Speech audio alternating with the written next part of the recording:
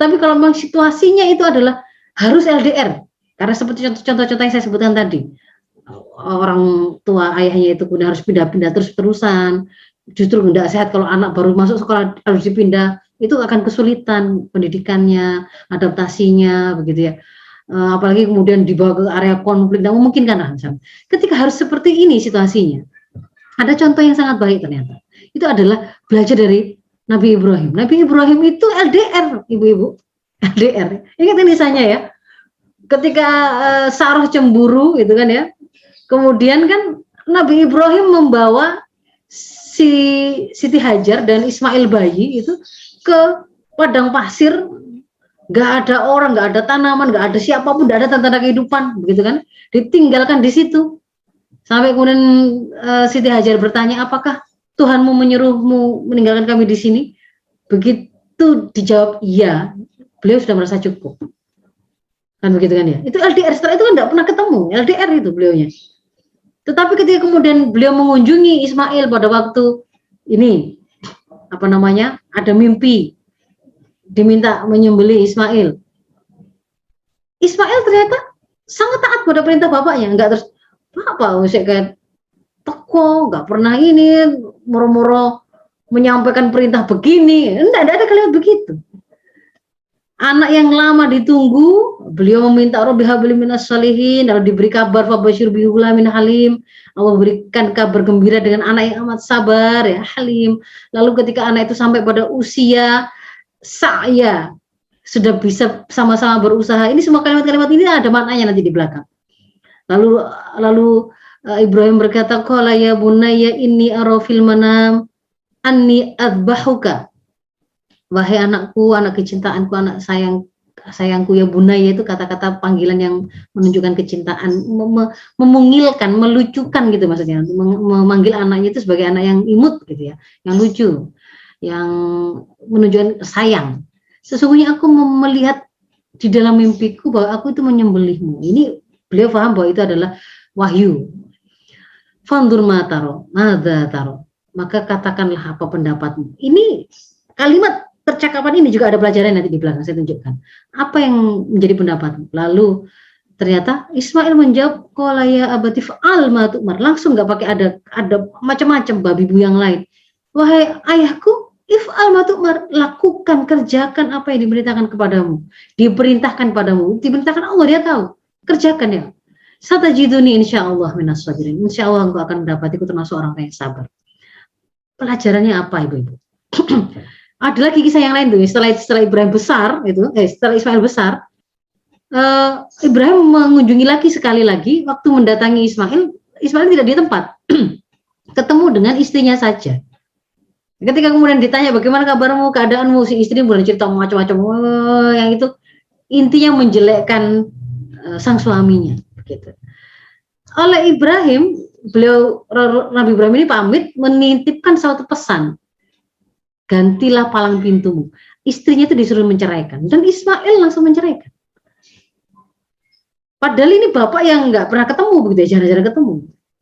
Jadi apa pelajaran? Yang pertama, Ibrahim itu adalah ayah yang sangat penuh kasih sayang. Bisa kita lihat dari panggilan ya bunaya. Jadi artinya kalau ada bapak jarang ketemu, sekali ketemu itu harus kelihatan dia tuh sayang sama anaknya begitu ya. Iya cantik ya, soleh, jangan sibuk sendiri ya. Main kuda-kudaan kah, bacakan buku, menunjukkan sayang begitu. Ibrahim adalah seorang ayah yang menghargai anaknya. Bisa diambil dari pelajaran tadi. Sebenarnya dia tahu ini wahyu, harusnya kemudian dia akan lakukan. Tapi kan dia tidak main paksa begitu. Dia menghargai anaknya, dia minta pendapat anak. Meskipun nggak ada kesempatan yang banyak, Bapak, gitu kan, begitu kan. Kalau ada kesempatan di rumah mau menyampaikan sesuatu instruksi kah, apakah di situ anggap anak ini adalah individu yang benar harus kita hargai. Dia punya pikiran, dia punya pendapat. Sampaikan, kasih kesempatan dia bicara. Ibrahim adalah seorang yang ayah yang dekat, hangat dan berkomunikasi dengan anaknya. Meskipun bisa jadi kalau omong-omongan dialog itu panjang ya waktunya daripada sekedar instruksi, tapi dia lebih memilih melakukan itu. Sampai kemudian akhirnya anak itu akan melakukan apa yang diperintahkan itu dengan kesadaran. Lalu yang lain adalah ketika Ibrahim bersama dengan Ismail, terlihat sekali bahwa dia adalah seorang ayah yang menikmati kebersamaan dengan anaknya. Ini bisa dilihat dari kata-kata, maka ketika itu sampai pada umur sanggup berusaha bersamanya, ma'ahu sa'ya tadi itu ya. Kata Hamka ini menunjukkan betapa tertumpahnya kasih sayang Ibrahim pada anak itu. Dia merasa bangga anak ini bisa bareng-bareng sama dia gitu. Menunjukkan bahwa bapak ini menikmati waktu berjalan, menghabiskan waktu bersama sang anak. Sayyid Qutb mengatakan kalimat itu berarti Ibrahim merasakan kenikmatan terhadap anaknya, menyertai perjalanannya, menemaninya dalam kehidupannya. Jadi itu harus ada itu, mental itu, rasa itu, senang, bukan malah merasa repot gitu. Lalu yang berikutnya, teladan. Dia ngajarkan tapi dia juga melakukan. Padahal Ismail itu anak yang ditunggu oleh Nabi Ibrahim itu sangat lama. Tapi ketika perintah itu datang, beliau kan menjadi contoh bahwa beliau bersiap untuk melaksanakan perintah itu, tidak kemudian malah gimana ini, gak usah kita anggap ya atau bagaimana, kan enggak. Beliau mematuhi perintah itu, padahal itu adalah anak kesayangannya. Nah yang terakhir ini adalah doa. Jauh fisik berjarak jauh, tetapi sangat kuat sekali Ibrahim itu terkait dengan doanya pada anak-anaknya, anak dan keturunannya bahkan. Karena Nabi Ibrahim itu senantiasa mendoakan yang terbaik untuk anak dan keturunannya. Jadi meskipun tidak terkoneksi fisiknya, tetapi nyambung langsung ya, minta kepada Allah, Allah yang akan melakukan penjagaan. Apapun yang menjadi harapan kita, apapun yang menjadi arah pandang kita terhadap anak itu harusnya jadi apa, kita mintakan kepada Allah dan Allah yang akan mengatur ya, entah skenario seperti apa.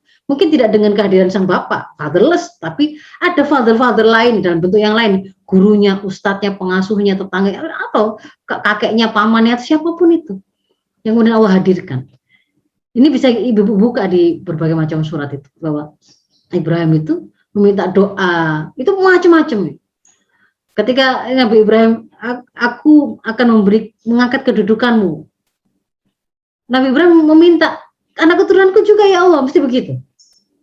Jadi selalu menyertakan anak dan keturunan itu dalam doa-doa terbaiknya. Itu harusnya ayah begitu, kalau sedang dalam keadaan LDR.